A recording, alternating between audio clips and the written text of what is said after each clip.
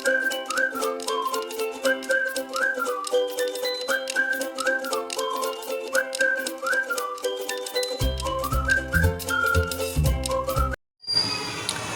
મિત્રો, દેશી ગુજ્જુ કિચનમાં તમારું હાર્દિક સ્વાગત છે। આજે આપણે બનાવીશું પાણીપુરી। પાણીપુરી બનાવવા માટે પાણીપુરીનું પાણી બનાવીશું। એની માટે મિક્સર જાર લઈ લીધો છે। એમાં આપણે ફુદીનાના પાન એડ કરીશું, થોડા લીલા ધાણા એડ કરીશું।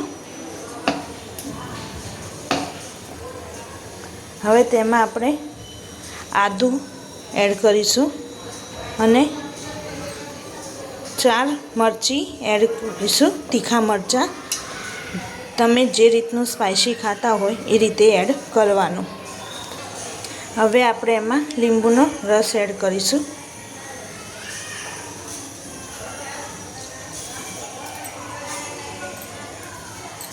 એમાં થોડું મીઠું એડ કરીશું અને થોડું પાણી એડ કરી દેશું। હવે આપણે ઢાંકીને આને પાણી બનાવી લેશું। આપણે એક તપેલી લઈ લીધી છે અને આપણે હવે પાણીને ગાળી લેશું સારી રીતે।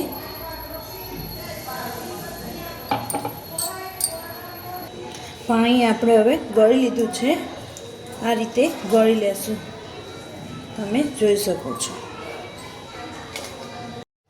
આપણે 2 જણા માટે પાણી બનાવીએ છીએ એટલે લોટાથી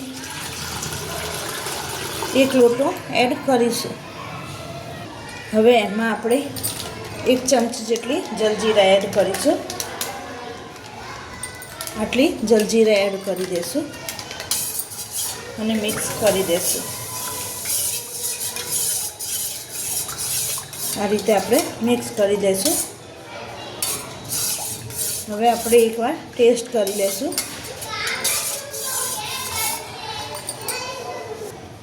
સ્વાદ અનુસાર આપણે મીઠું થોડું એડ કરી દઈશું।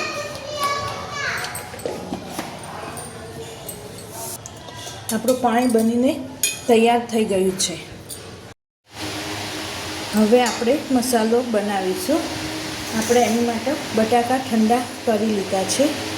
આપણે બટાકા લઈ લીધા છે, હવે તેને આપણે છૂંદો કરી દઈશું આ રીતે।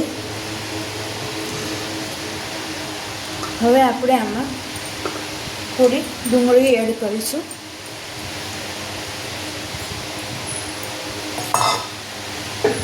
બાફેલા ચણા પણ એડ કરીશું થોડા।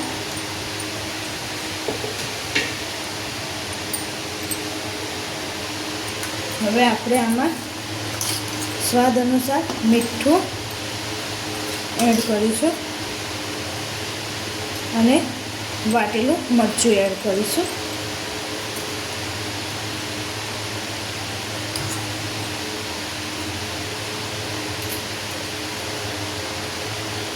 હવે આપણે પેલી પેસ્ટ એડ કરી દઈશું લીંબુ મરચાં ધાણાની। હવે આપણે આને હાથથી મિક્સ કરી દઈશું। આ રીતે આપણે મિક્સ કરી દઈશું। થોડો લીંબુનો રસ પણ એડ કરીશું, જેથી પાણીપુરીનો મસાલો એકદમ સ્વાદિષ્ટ અને ટેસ્ટી બને। પાણીપુરીનો મસાલો એડ થઈ ગયો છે, એકદમ સ્વાદિષ્ટ અને લાજવાબ મસાલો બન્યો છે। તમે જોઈ શકો છો આપણું પાણીપુરી તૈયાર થઈ ગઈ છે। જો તમને આ વિડીયો ગમ્યો હોય તો લાઈક, શેર અને સબસ્ક્રાઈબ કરવાનું ના